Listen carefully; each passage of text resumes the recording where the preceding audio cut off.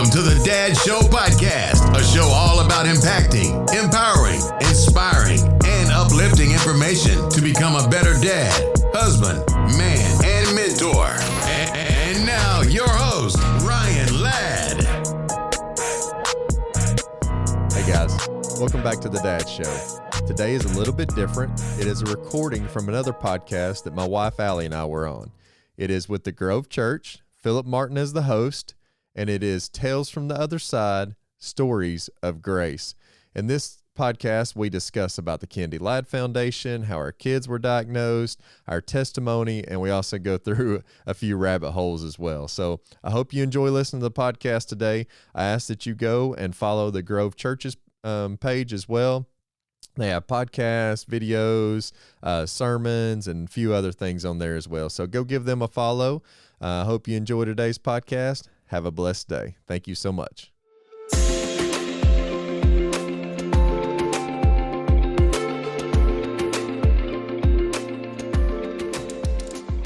All right, welcome back to Tales from the Other Side, Stories of Grace. I got two good friends with me here today who have an incredible story of God's grace, some hardships, and just what God's doing in your life right now. And I'm so excited to have Allie and Ryan Ladd.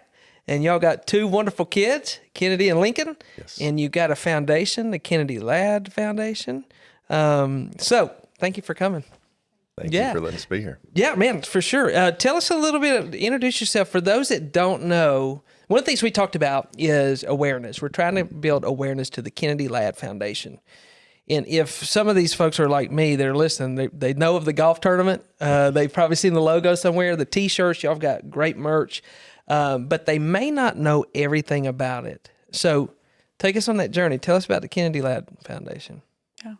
So I think even more than the Allie Ladd Foundation is to raise awareness for MPS 1. Yep. So our daughter was diagnosed with MPS 1 Hurler Syndrome when she was 9 months old, and MPS 1 stands for mucopolysaccharidosis. Yes, Can you it spell does. it? Can you spell it? Yeah, no, I cannot.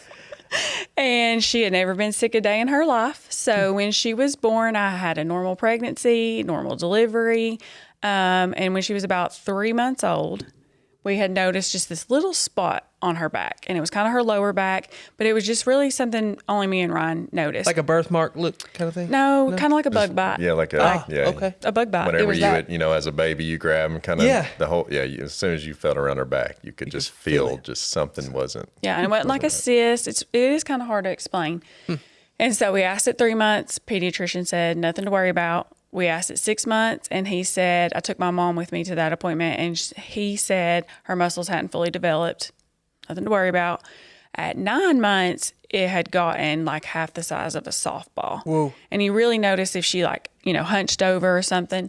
And you guys are first-time parents Yep. at this moment. This is your first child, and you don't know what you don't know, right? So Yep. I guess you're kind of like a little naive at first, like, no, nothing to worry about. It's not developed. And then all of a sudden, you as a mom and dad instinct kick in and go, hang on just a second. Something's not right here. Yep. Right? And I have to mention that was probably the first, I'm going to say, God moment of the whole situation and story. So I was at work, and I work at the nuclear facility there in Oak Ridge. And Yeah, you're a firefighter, right? Yes, sir. Yeah. And so I was on a job and had auditors with me, and, is this big important to do for that aspect? And she calls, and she's like, I'm taking Kennedy to her appointment. I'll update you. And so a little bit later, she calls and she says, hey, he's sending us to East Tennessee Children's.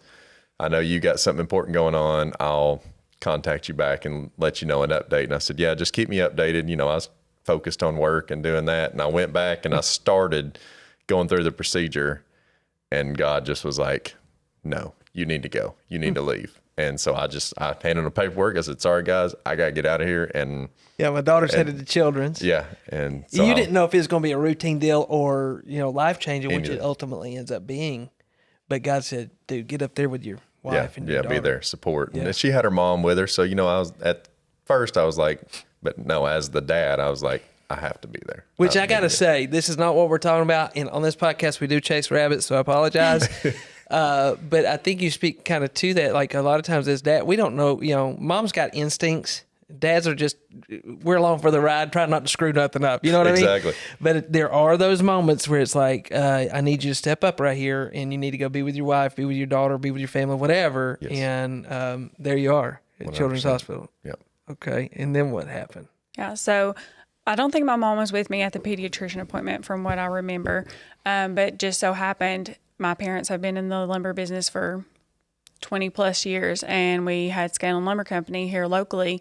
My parents were going through a divorce, and she had went and, my story is, gotten like an accounting degree. And so she was doing some bookkeeping and accounting for different doctors. And so I called her because one of her doctors was an emergency room doctor at East Tennessee Children's, and just said, hey, this is what's happening. They're sending us to East Tennessee Children's Hospital for, I think it was an ultrasound and An X-ray. I believe. X-ray. And so when she called him, he was able to get us a few more imaging set up. So again, that was another God moment, because for 20 something years we've been in the lumber business, and why is my mom working for these random doctors? Right. And one being a pediatric doctor, or working in the pediatric field.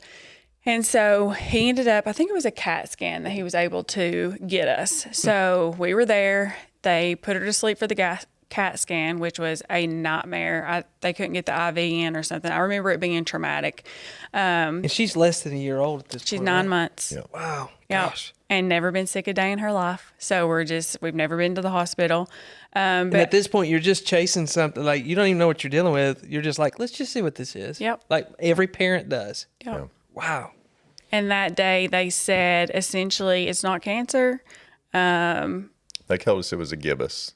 They said we're not radiologists. We can't read the whole thing, but we can tell you it's not cancer. It's a gibbous, and that was all we got. And a gibbous, for those of us that don't know what that is, what's a gibbous? A gibbous, so scoliosis is left to right of Okay. the spine deformity of a kyphosis. A gibbous is a front to back So it deformity. bows out, kind of. Yes, Like, yeah. okay, I get what you're saying. Okay, cool. Yeah. All right. And so they had told us that there. Then our pediatrician had called us and kind of said, it's a gibbous. Don't really know a lot of information. I'll get back to you.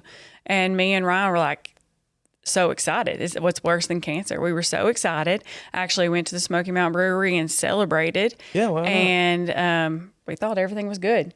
And then this doctor, I call him Dr. Chris. I don't know if he cares or not. I should probably ask him. So Dr. Chris called and he said, I think you need to make a genetics appointment. And still we're like, okay. Like, we talked to our pediatrician. He said that he would call us back and we'll go from there. And he's like, no, you need to call and make a genetic appointment. So the next day, I think our pediatrician called. He said, our office will call, get you a genetic appointment, kind of stand by.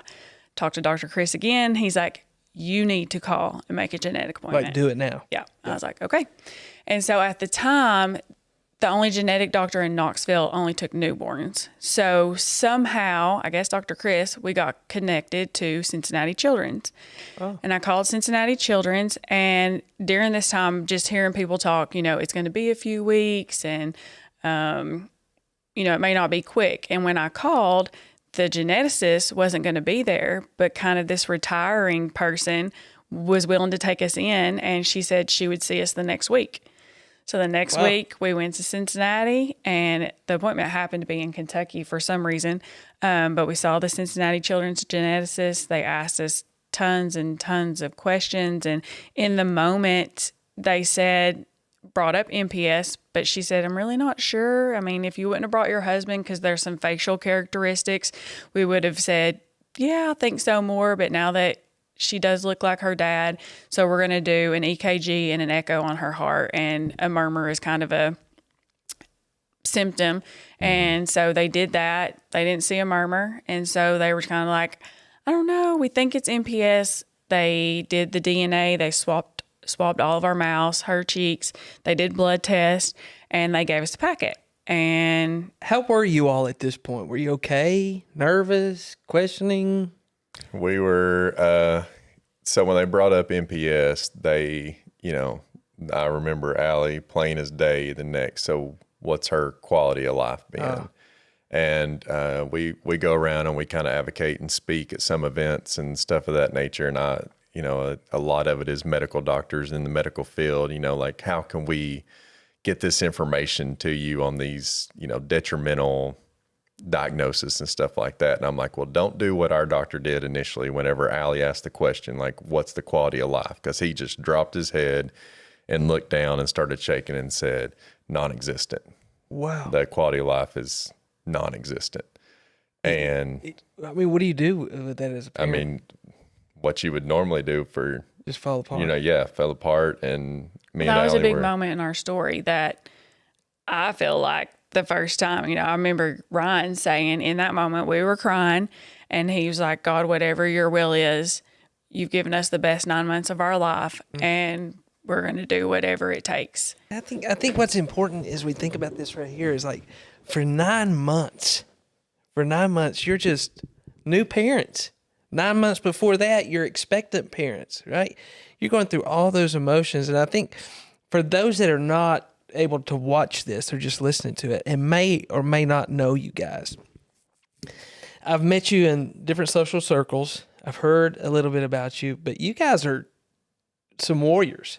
Like as a mom and a dad, I know that you all do the fighting for your kids, right? So sometimes it's like what we're talking about, you just do what you do. Like you don't have an option. You go to the schools, you go advocate, you do that. But for people that are standing back looking, I'm in awe of you guys because it's incredible. But I think for most people, they don't understand these two warriors I'm talking to today. That had to be an earth-shattering moment. Like, time stops. What the heck? What are we going to do at this moment, right? And, going on that, there never was, and, even like, spoiler alert, to now where we are today, but there's never been a time that, and obviously God put me with the right woman, because there's never been a time that we've said, what are we going to do? Like, just stop. There's, and sit there and sulk and cry and do everything. From that point of that 9-month appointment in Cincinnati of starting our whole journey, we have both been hitting the road, running together, bonding stronger together, and fighting for our kids and continuing to do what we need to do for our kids. There's never been that stop and just wait moment. We've just been hitting the road running since. Yeah, I think that whole fight and flight kind of deal, it's not just in physical fights, know? Exactly. I'm a flight guy. I'm a screamer. I'll run every time. But I think that in moments that take your breath away, moments that are fence post moments is what I call them, like your life changes on this fence post. Like, this is it. You either fight or flight. There's a lot of people that just sit down, cross their arms and go, well, this is the way it is. But that's what you guys, we didn't have that. We jumped right in it and said, let's get to work. We can be sad for a minute, but Kennedy's dependent on us.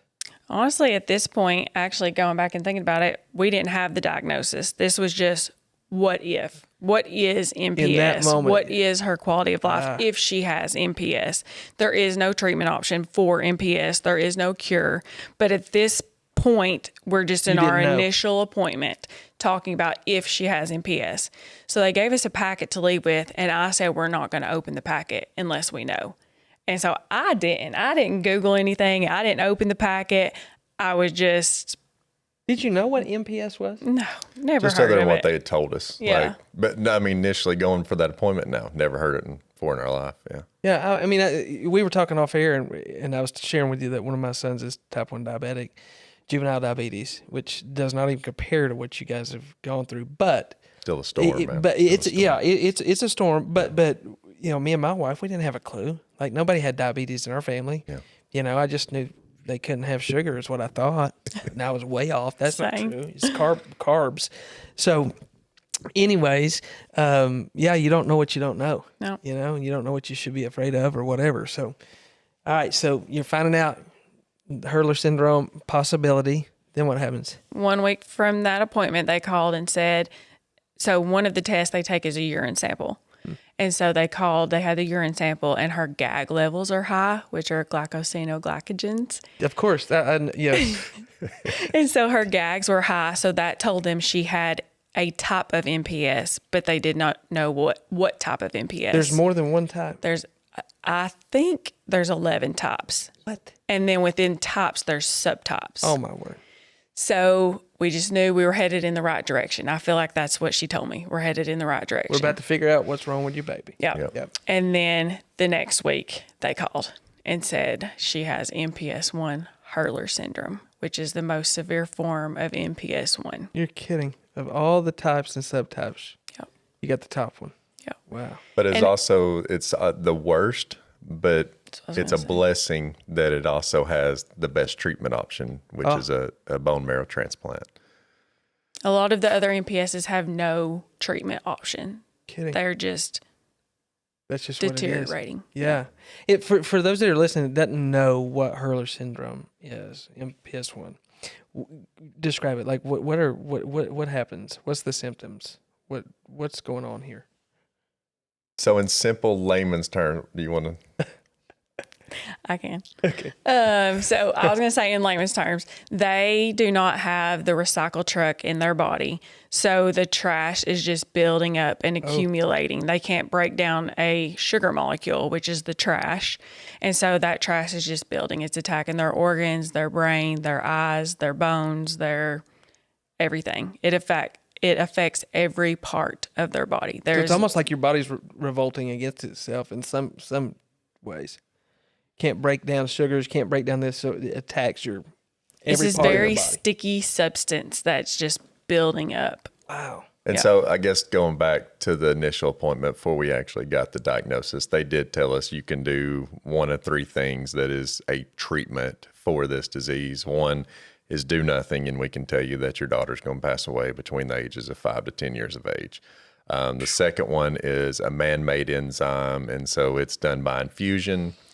It'll may protect a little bit of the major organs and help dispose of this bad trash and sugars of the body, but it can't pass the blood-brain barrier. So basically all you're doing is prolonging until more into teenage years, I guess. And then they said the best treatment option, which is the most, what's the word I'm looking for? It was the only thing that could protect her cognitive ability. It was the only thing that could pass the blood-brain barrier. Well, but it's the, not the scariest. More What's efficient. the word? More intense. The mortality rate. Yeah, it's, golly, what's the word? It's just harsh. They have to go through extensive chemo. Wow. Most dangerous. It's the most dangerous one because of the possibility of passing away just from the bone marrow transplant. Just from the treatment. Yeah. Yes, just from the treatment. That it was a 70% chance. 30%, of survival. 30% mortality rate. Yeah. So it's the riskiest option. There's the word I'm looking for. There it is. Riskiest. We just had to talk about it. We're getting older. We're dads. Amen, and for sure. and I don't even know where my keys are. So but risky. they told us that, and that was the best treatment option for giving her the best quality of life during that first appointment. So you're faced with three options. All of them are terrible. exactly. But you got to do something, Yes. right? When you say the blood-brain barrier, what do you mean? I don't know if I'm good at explaining that. It's just your cognitive what ability. I hear, So like it would treat everything else, but it wasn't really treating or protecting your brain. Yeah, and I don't want to say treat slows down the progression. Yeah. It allows them to make some amount of enzyme, but not 100% enzyme. So it's still a progressive disease, even with the best treatment. Because the way I understand, and you correct this, okay? I'm just, based on my limited knowledge, there's no cure. Right. So what we're trying to do is stunt the progression of the disease until there is a cure. Yeah. But we can't fix what's already been damaged. Right. You can't reestablish what's lost. Yeah. So we're protecting. Yes. Okay. To So the best of our abilities. Yep. And you guys are doing fantastic. How old is Kennedy today? 10? 10 years old. Fantastic. 4th grade? Yeah. Ooh-wee. Yeah. And then Lincoln. She's sassy. Oh, yeah, I've seen her. I've met her. And she did not have time for me. She was Her on a mouth. mission. and your son Link, I've met him. Every time I've seen him, he's like on an adventure. Like he's going, like at the golf tournament, we're like, where's Link? Yeah, I was telling you, like, he's probably in the pool. And you know what? Y'all didn't even flinch. Like, he's probably in the pool. He's probably with someone. If he's not there, he's somewhere else. You know, like that's a veteran parent move. I love it. Anytime anybody asks me about Lincoln, I say he's like a good dog. He'll be back in just a little bit. You know, Just let him let him go and he'll come back. He'll come back. That's fantastic. So here we are. We've got, and we'll get to Lincoln in just a minute, because Kennedy kind of set this whole train running. Yep. So you find out all this. You're faced with a risky decision. Is that the one you chose? Yes. And what all went into that? How's that been?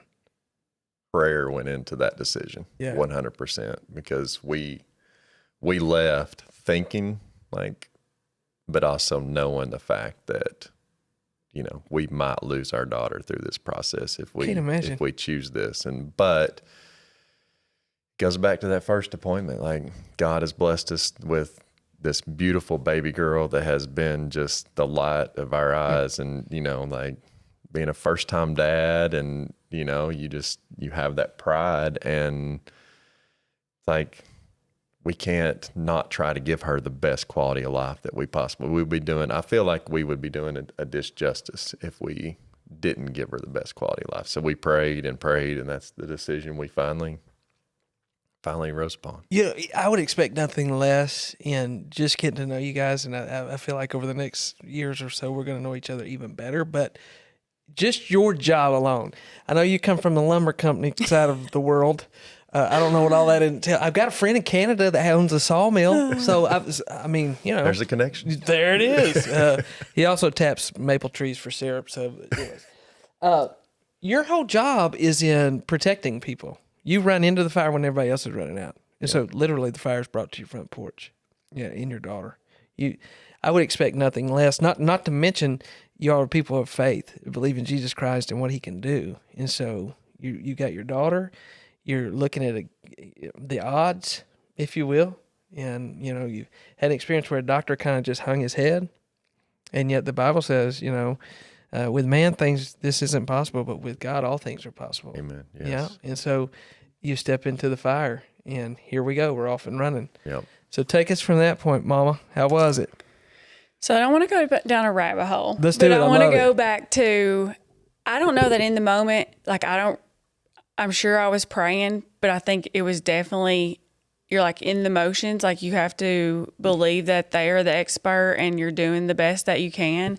And really, we had been church hopping, and I had never really experienced anything tragic in my life. I still had my grandparents. I met my great grandparents. I had a great life. I was a spoiled brat here in Rome County, and we started church hopping. And Ryan, when we met and through our early marriage, was a partier. He was a DJ. He was out all the time, and that's where that voice comes from. You can hear him. I mean, it's awesome. So we had landed at Big Emery, and we got baptized. We rededicated our lives, and we were like, we're doing everything right. I went to college, then we got married, then we had kids. Like, we did it like we were supposed to. In order, yeah. And then it was like, as soon as we joined the church and we were living right, we felt like living right, trying to do right. It was like everything came crashing down. And there was truly moments where we were doing better living as sinners than we were doing the right thing. Man, this is real talk. Like, so that was really, really hard. This is what people don't want to talk about when it comes to faith, right? Because faith is all about, I think a lot of times people think about all the good stuff, you know Jesus Christ, you prayed to receive him, you're born again, you got a place in heaven waiting on you. And then we're just spending time between salvation and eternity here on planet Earth, right? And as long as things go good, I mean, I can sing on Sunday mornings, I can get out of bed and say, you know what, maybe I'm not going this week, right? Whatever. And then all of a sudden we have these things that we call crisis of faith. Like, is this real or not? Like, am I on my own or not? Is this pointless or not? Yeah. And how did y'all handle that? Did it crush you? I think Ryan was the rock. He was much better, and still is to this day. Like, really, it's fine. It's all going to work out. Like, God is with us, and it's going to be fine. Why are you worried? Now, this is interesting because, go ahead. No, I was going to let you go ahead. Well, in every other podcast that I've done with married couples about whatever it might be, and we've talked about several different things, it's always her that is the rock, and the guy is kind of like, I don't know, we'll figure it out, whatever she says, trying to work himself into it. But this one's reversed, and I've seen y'all speak a couple of times, like at the golf course. I would have never thought that, because you're so confident when you speak. He's loud. Like he rattles my car windows when I pull in that parking lot. But you were the rock, and I think that's fantastic too. I kind of want to. We can go down rabbit holes. Sure. And this is a rabbit hole, but it is probably my biggest testimony to this whole journey. Like Allie mentioned, I was a partier. I was a social drinker.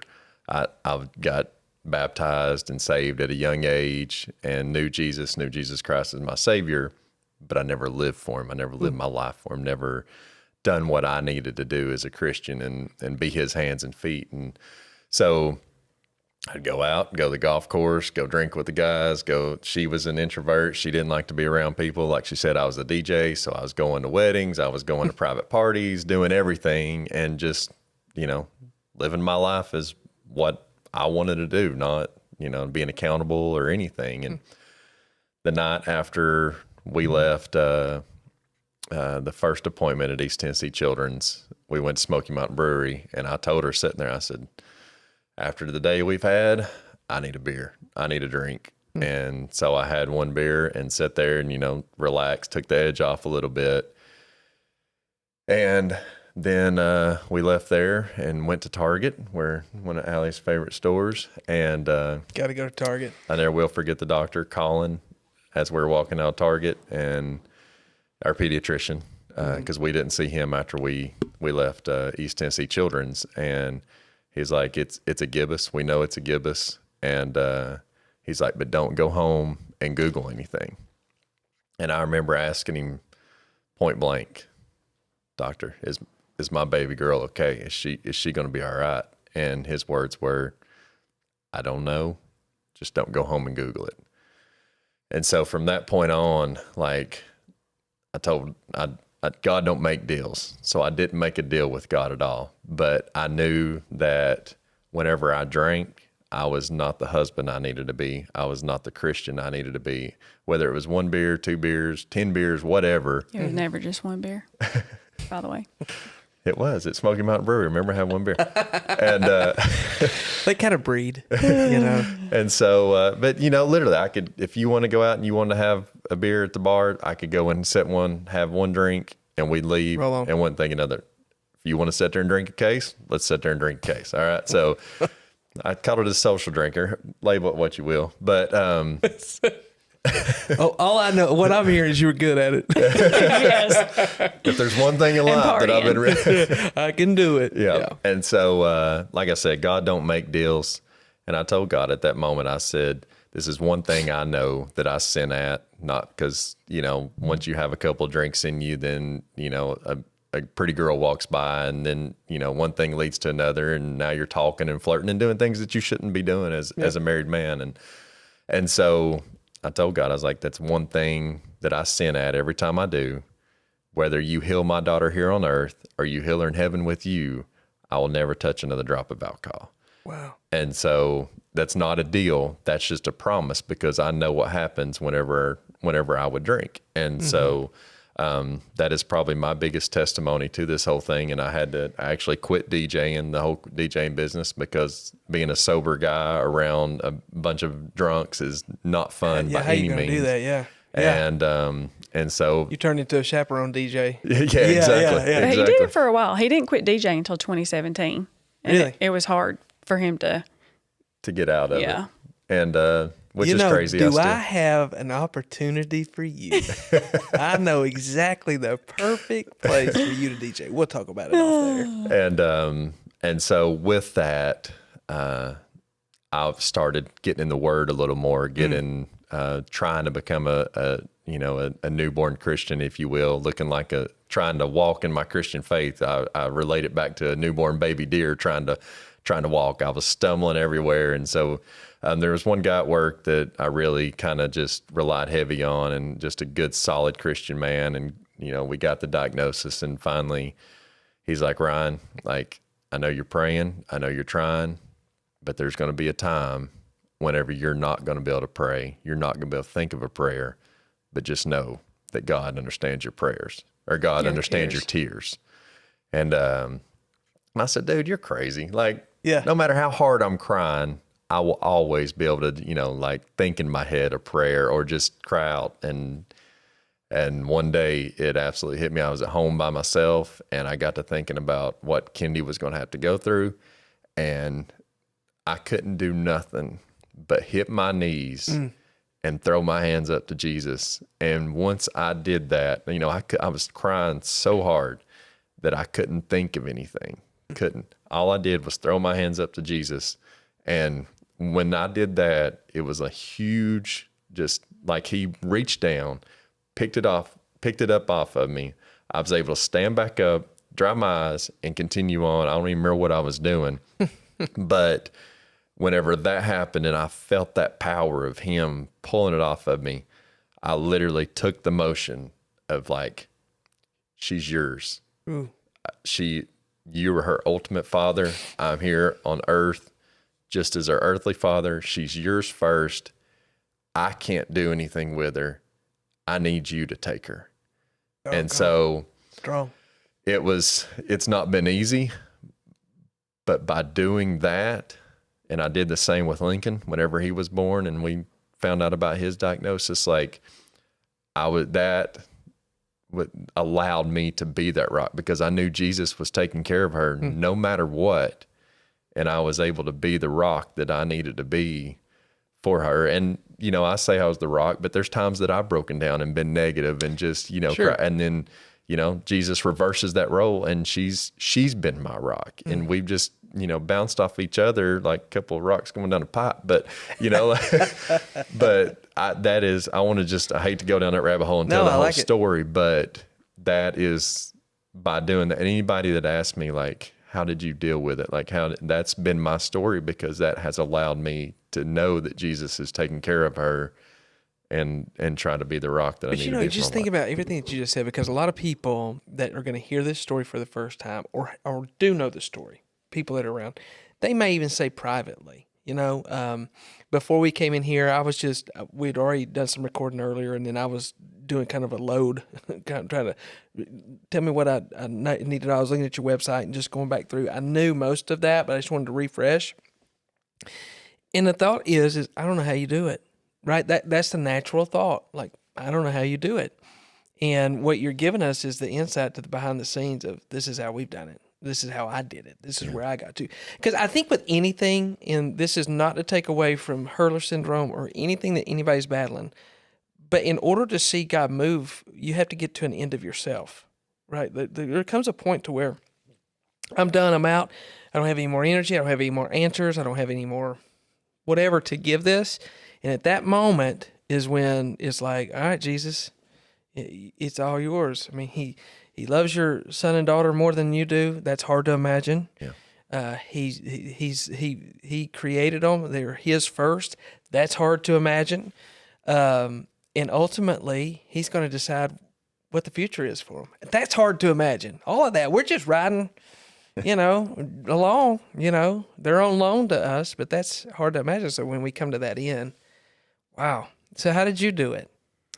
So if people are still listening, the pieces do come together. So I'm glad he gave that backstory, and because that is kind of goes into ours too. So mine is, you ask, what do you not do? It's very nature just to keep doing so you don't have time to process. And there was so much going on, I really didn't have time to process. So he mentioned a bone marrow transplant. But the enzyme replacement therapy, we could start that immediately while they were waiting to find a donor to be Kendi's bone marrow donor. At the time, there was not enzyme replacement therapy set up locally. So we started driving to Cincinnati every week for a 6-hour infusion. So again, every week.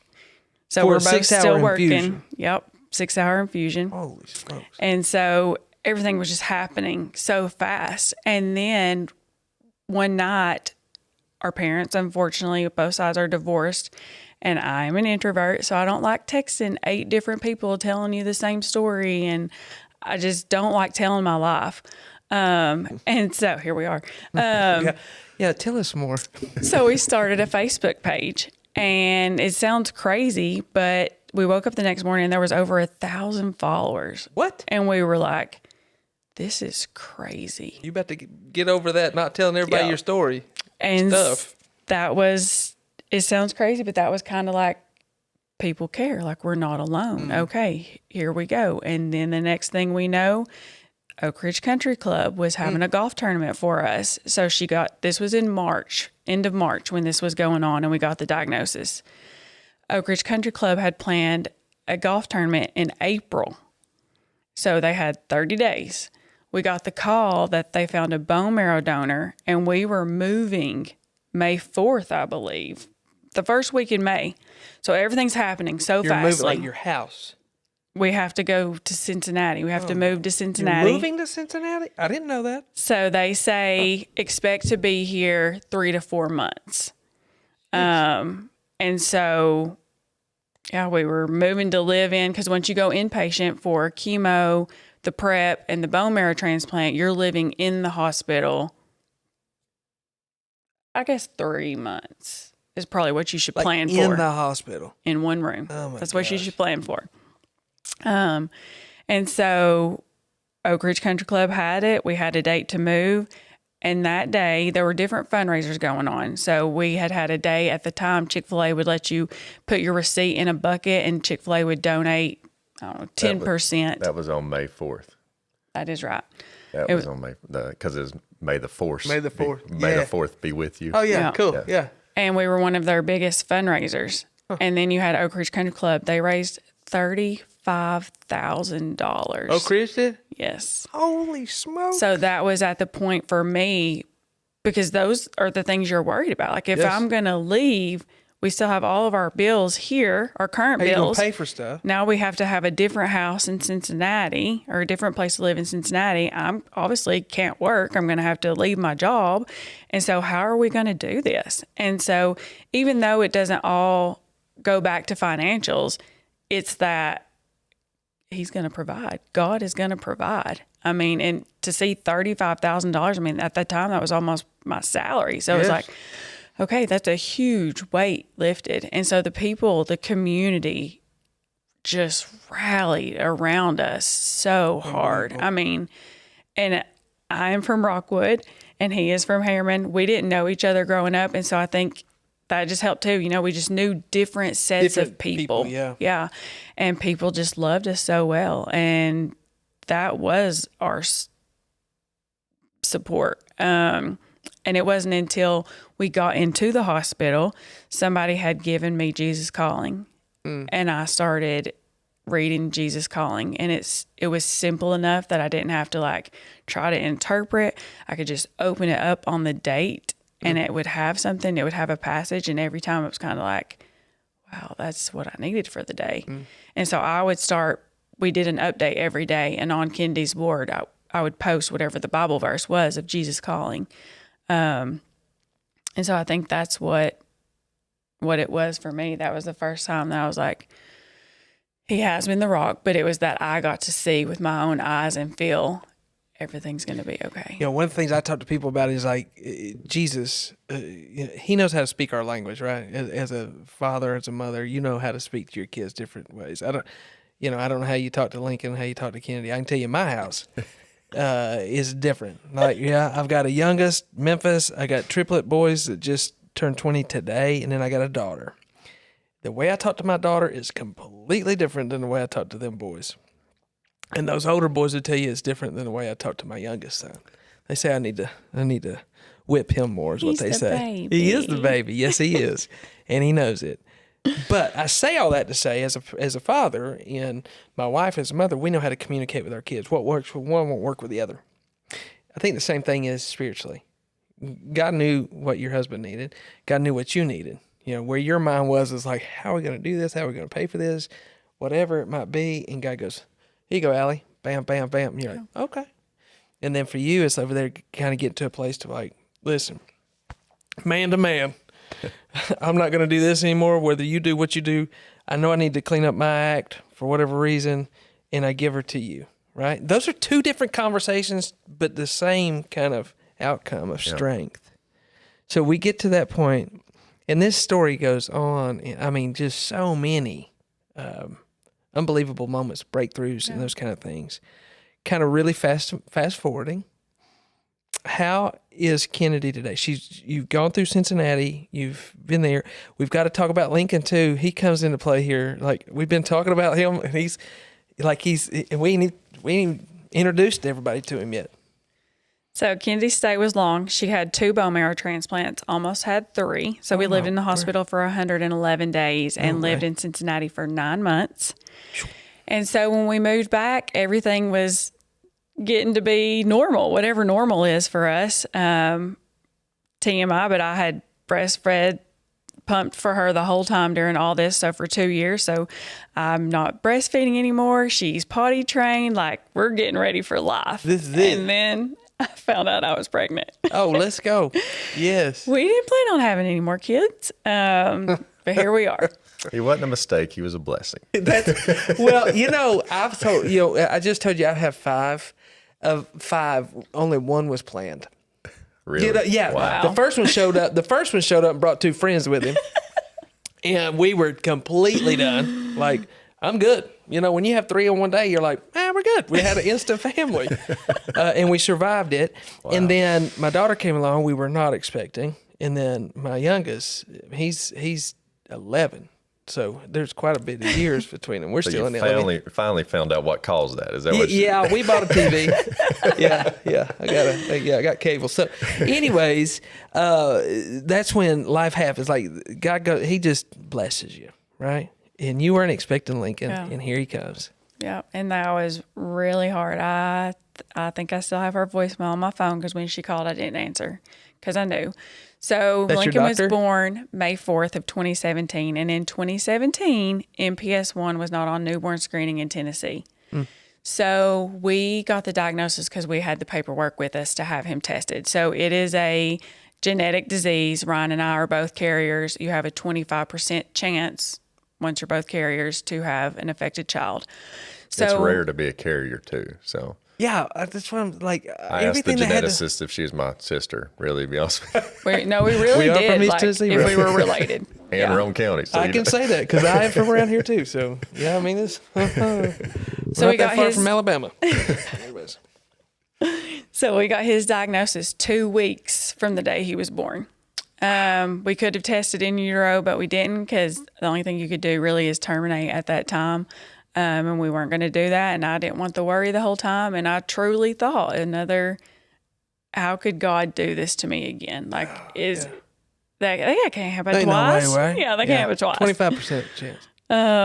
And so actually the day Lincoln was born, he failed his hearing test. And that was my first. I broke down. Of course, everybody's like, he just failed a hearing test. I'm like, I knew then.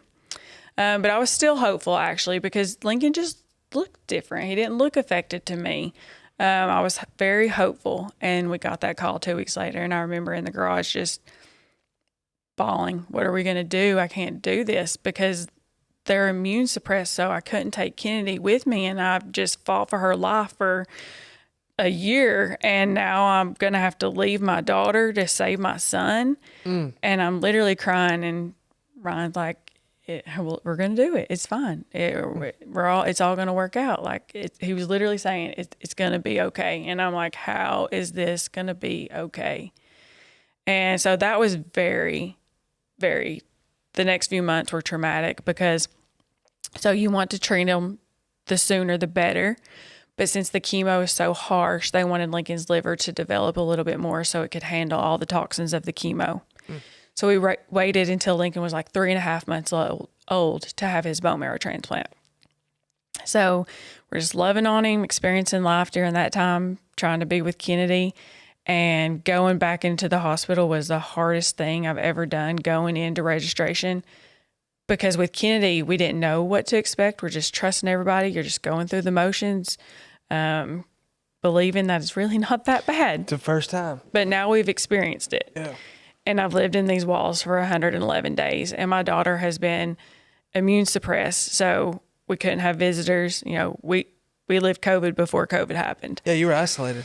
Whoa. And so then now I have a germy 2.5-year-old. And so that was even harder for me because I didn't want her to touch him. I didn't want her to get him sick. I was so crazy. It was making me crazy. Well, they didn't want us coming to the hospital. So whenever we went through with Kennedy, we had an apartment in Cincinnati, and that's where we stayed, where we had to be close, and then got rid of it. Well, we got the same apartment complex whenever we went back with Lincoln. And so the doctors didn't want me and Kennedy at the hospital because, you know, obviously kids are germy, and then I'd been around Kennedy. And so here, kind of secluded in the hospital, is Allie and Lincoln, and I'm at the apartment away from my other half and my newborn son, you know, taking care of, you know, I love spending time with my daughter, but I wanted us all be together as a family. And so that was really tough to be so close, but yet so far away. And separated. And I mean,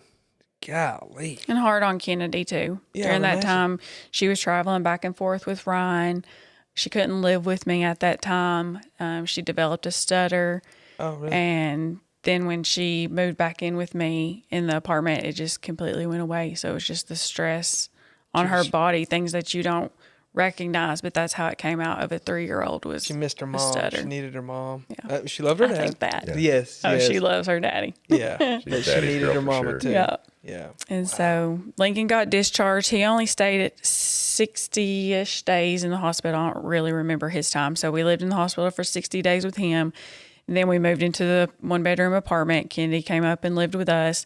But Lincoln's time after was a lot harder than Kennedy. Really? We got readmitted quite a few times, dealt with a lot of after transplant issues. He had some skin issues, so we were just in and out of the hospital trying different treatments, different infusions. I started driving back to Cincinnati with Lincoln for an experimental infusion. We drove back every week for I don't know how long. And that's when we kind of got introduced to Minnesota. So Minnesota is kind of a center of excellence for Hurler Syndrome. There's actually a gene therapy trial going on there right now that could potentially replace the bone marrow transplant, and you wouldn't have as many side effects, but it would allow them to produce the enzyme. So we started seeing Minnesota, and they did a skin biopsy on Lincoln, and we found out at the time one of our issues was GVH, graft versus host disease, where his body is fighting his donor cells. And they decided that it wasn't graft versus host. They put us on a different regimen, and his skin cleared up, and we've been rolling ever since. Really? Yep. Oh, And no. so, That's awesome. Yes, Yep. it was. so life was great. Really, after that, we were in the honeymoon phase, is what we call it. Every family goes through a honeymoon phase Everything kind of settles down. You kind of find your sweet spot a little bit. for a little bit. For a little bit. And then Kendi had the gibbous. So she's at 80 degrees in her gibbous. So at 7 years old, Kennedy had 2 rods and 13 screws placed in her back. Oh, my word. Yep. So this was so Lincoln, well, let me go back to Lincoln. So he had his bone marrow transplant in 2017, and he had all these issues. So we were still isolated. So as Lincoln gets released to be normal, whatever normal is, COVID hits. Oh, my Lord. So, Yeah. which was normal for us. But we freaked out more than other people because we didn't know how it was going to affect our kids, because airways is one of their issues, and their heart, some different With things. all the respiratory and all the stuff that's being tied to COVID at the time, I would imagine it was a major panic moment. Yes. So it's important to bring up the surgery because, yes, I think that's a misconception. She's had the treatment. They've had bone marrow transplants. They're good. Why are you still raising money? Why are you still raising awareness? But it's a life of hospital stays. It's a life of, there is no book. Every kid is different. Like, a lot of the kids have carpal tunnel, and they have, what are some other prominent things? A lot of them have hip issues. A lot of them have knee issues, spine issues. Mobility Legs, issues, enlarged livers, enlarged spleens, heart issues. Corneal clouding with eyes and yeah. vision, and some So of them most have of to have corneal Kennedy's is- transplants. And Yeah. Wow. I think that's the thing, like today is we're talking the awareness of this is it would be one thing if we're just talking about you guys, right? But there's so many other families. That was something we were talking about earlier. There's so many other families that are suffering from this rare disease, or the subsets or whatever it is, the rare disease that people don't even realize. Yeah. And they don't realize that the story that you just told, is unusual to a lot of these listeners, but there's a whole nother segment of people that this is not unusual. They're like, let me tell you what we had to do. Yeah. Yeah. Right. And most of us can't relate. Like, I can't relate to that. Like, I can relate to a family whose son had strep throat and everybody had to stay home for 3 days. I can relate to that. I can relate to chicken pox as a child.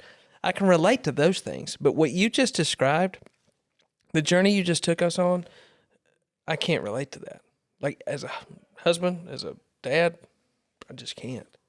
We say over and over, one thing that got us through that we hadn't talked about is that once you get into an international hospital like Cincinnati Children's and you walk the halls, you quickly see somebody always has it worse off than you. And so even though it was very, very hard, you would see daily, at least my child can say mama, or my child is standing up in the crib, or we have this community that's rallied around us because there were babies on our floor that didn't even have their parents going through bone marrow transplant with them, whether they had to work, whether they didn't have parents, whatever that might be. And so really we say it all the time, like, the community is so much of our story, and so many of even our friends that have MPS 1, they don't have that. And it is, we want to give them that, because it's, even with the community, it's so isolating and it's so hard for people to comprehend. But just to feel that love, and somebody showing up at your door with a meal, or somebody just sending that text message saying, hey, I just happened to be thinking about you today. And I'm not always the best to write back, but I remember that. I remember. You know, I honestly, I love where we live. I love, and yes, I'm a transplant. I was born and raised in Loudoun County, which is right down Highway 70, right past you, so it's a long way away. But even in crossing that county line into Harriman, Rockwood, Kingston, even our own counties divided by cities. Yeah. But one thing that we do well here, and I wish the world could experience it, is we love each other well in this community. Yes. Yeah. That's been my experience. And for a testimony to that is, like, when we do go to your golf tournament or your wiffle ball tournament or whatever, dude, these guys show up and show out. Like, they're there. I don't even know if anybody cares who wins the tournaments. You know, sometimes I don't know if everybody's honest, but anyways, some of the most incredible golf has happened at the Kennedy Ladd Foundation golf tournament. But that's the point. The point is, we're there for you guys. We're there for your kids, and not even everybody even knows everybody. You know, we got friends that drive in from Nashville just to play, but it's because we want to love on you guys the best way we know how. And I think that's the thing, is, like, if everybody could experience that, and that's what you guys are doing. Well, That's what Kennedy Ladd Foundation is really doing, and bring it to the forefront.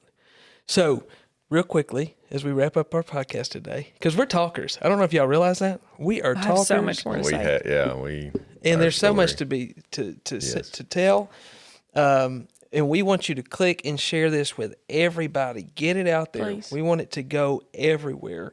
Even if you don't know anybody who's ever had this, send it to somebody else, and then you send it on. But tell me about the Kennedy Ladd Foundation. What are you guys doing to bring awareness?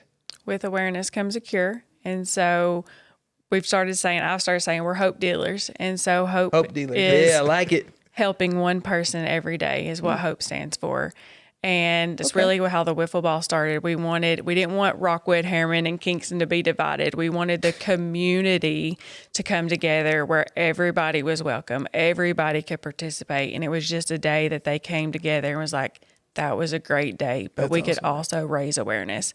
And so last year we had 15 MPS families come. Whoa. And that was special. And so that has grown, and that has what has lit our fire as well, because a lot of these families haven't met another MPS family.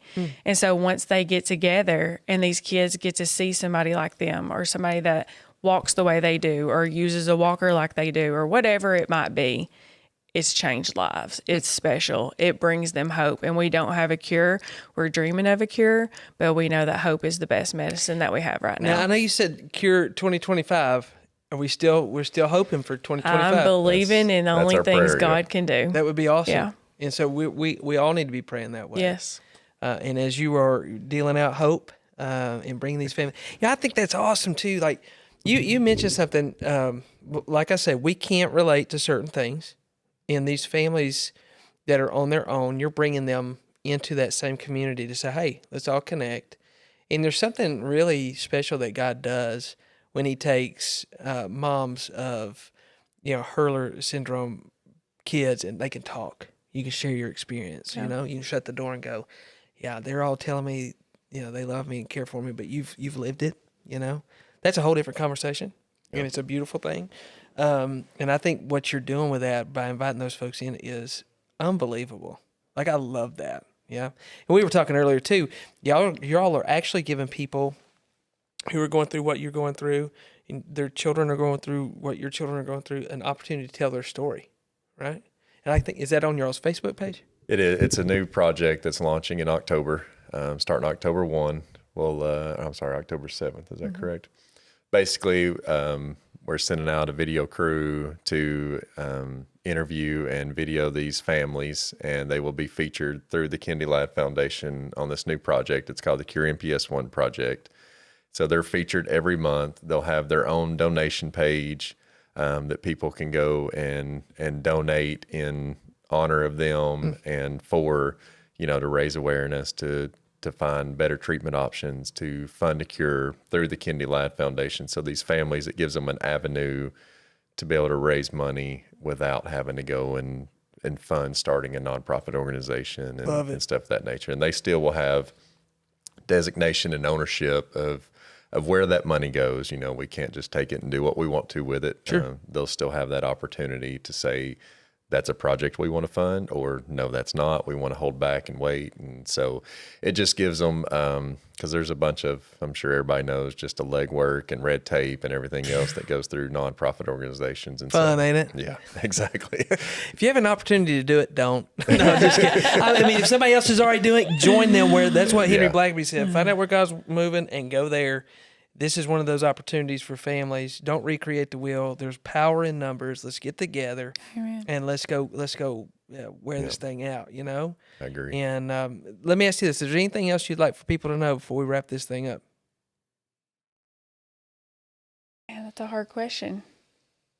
There's a lot, but here's what I would say. Everybody's going through something. So as simple as being kind. Yes. Do what? I said everybody's going through something as simple as being kind. Yeah, just be kind. So I do want to just touch on real fast, and I promise I won't be long, that be however you want. The Allie Ladd Foundation was grown because of the community that you talked about. Allie and I had this, not burden on us, but just this fire that we had been, because through Kennedy's stuff, we had never asked anybody at all, will you have a fundraiser for us? These people went out by themselves, done bake sales, done golf tournaments, done t-shirt sales, done everything that was done. We never asked one person, will you raise money for us? They went out and took it upon themselves to do that. So Allie and I, at the end of this, were, we'd moved back. We got in that honeymoon phase, obviously honeymoon phase because Lincoln was born, but was, just like, we have a blessing. We have been so blessed through this whole journey by our community, by our church, by family, by people around the world that we didn't even know, that God just put in our lives. We cannot hold on to this. We have to pass it along.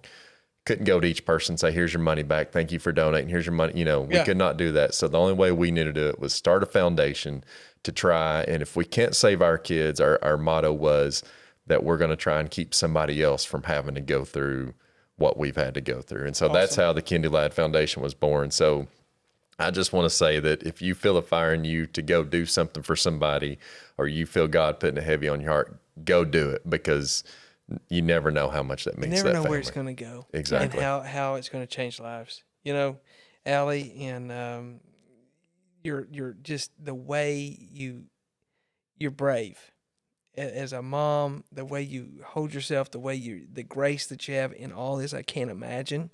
You know, just in just encouraging others, Thank you know, you. and living for your son and your daughter. And Ryan, just the heartbeat that you have, man. Just in the midst of all this, I cannot imagine the days that you all have had, and yet you sit here and you smile and you're hopeful, not only for each other, but you deal out hope for others. And that is a testimony in and of itself. And the people have loved you, this community that's loved you. You guys are rocks, and your children are fantastic. And we know God is up to some incredible things. We're going to see some of those cures come through for these boys and girls. I just know it. Because you guys have ran back into that fire when everybody else may have ran out, right? I want to encourage everybody who's listening to this, go to, and what's y'all's website? Is it KennedyLadd.org. KennedyLadd.org. You can go, you can see their story, you can see pictures of this beautiful family, you can donate, you can get involved, whatever it might be. Go check them out today and listen to their story, pass it along, just repost this. We want people to hear this, pass it around. Thank you, guys. Thank you so so much. See you guys later. Bye. Thank you for listening to the Dad Show podcast. Please like, review, and subscribe.